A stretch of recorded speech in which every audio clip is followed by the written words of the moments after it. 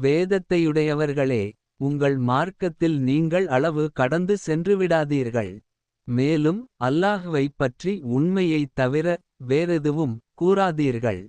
நிச்சயமாக மரியமுடைய மகன் ஈசா மசீஹ் அல்லாஹுவுடைய ஒரு தூதர்தான். அவனுடைய மகனல்ல. அவனுடைய குன் என்ற வாக்காகவும் இருக்கிறார். அல்லாஹ் தன் வாக்கை மரியமுக்கு அளித்தான். மற்ற ஆத்மாக்களைப் போன்று அவரும் அவனால் படைக்கப்பட்ட ஓர் ஆத்மாவே. ஆகவே அல்லாஹ்வையும் அவனுடைய தூதர்களையும் நீங்கள் நம்பிக்கை கொள்ளுங்கள். கடவுள்கள் மூவர் என்றும் கூறாதீர்கள்.